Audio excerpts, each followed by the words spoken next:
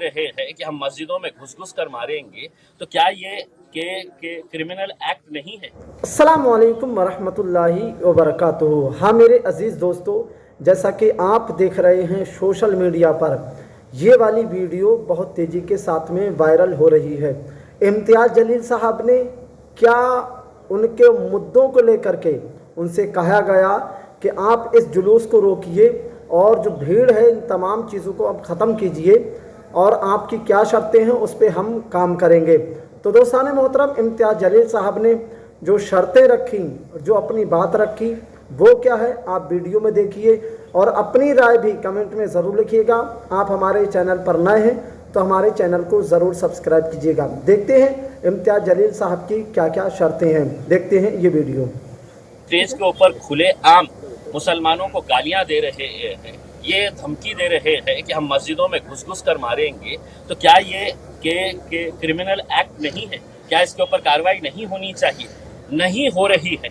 इस वजह से हमने ये फैसला किया कि हम मुंबई तक जाएंगे और महाराष्ट्र की सरकार, विशेषकर मुख्यमंत्री एकनाथ शिंदे साहब, जिन्होंने उस रामगिरी का समर्थन करते हुए ये कहा था की तुझ्या केशालाही आम्ही हात लावू देणार नाही, म्हणजे इसका मतलब ये है कि जो मानसिकता इस रामगिरी की है वही मानसिकता लेके महाराष्ट्र के मुख्यमंत्री अगर काम कर रहे हैं, तो हम उन्हें यह एहसास दिलाने के लिए जा रहे हैं कि ये देश चलेगा तो कायदे के हिसाब से, ये राज्य चलेगा तो कानून के हिसाब से चलेगा।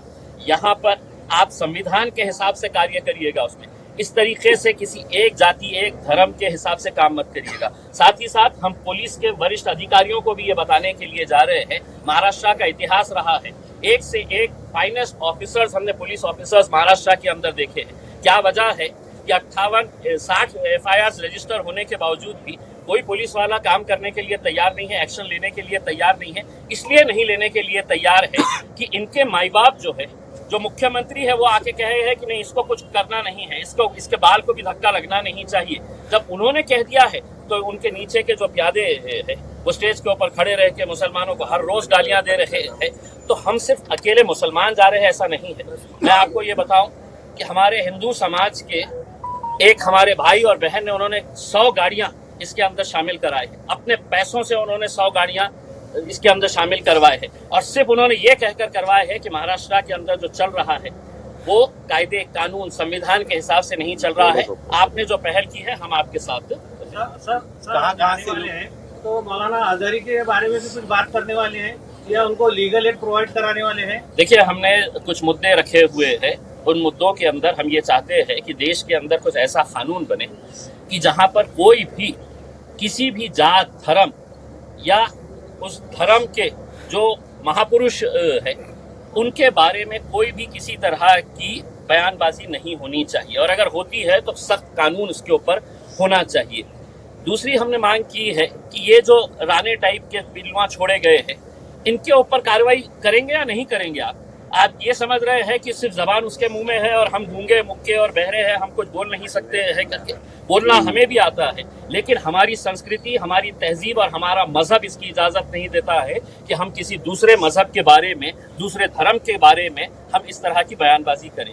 तीसरा हमने ये कहा है, जो है उन्होंने सिर्फ एक शेर पढ़ा था, उस शेर के अंदर किसी जात का जिक्र नहीं था, किसी धर्म का जिक्र नहीं था, किसी इंसान के बारे में नहीं कहा गया था।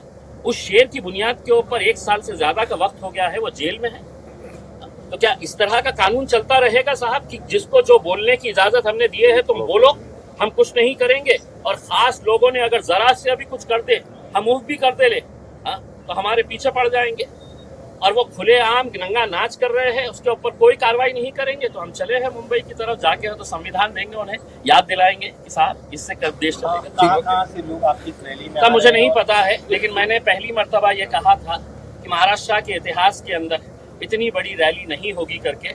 आप नासिक के बाद देखेंगे, मैं यकीन के साथ कह सकता हूँ कि हिंदुस्तान की तारीख के अंदर इतनी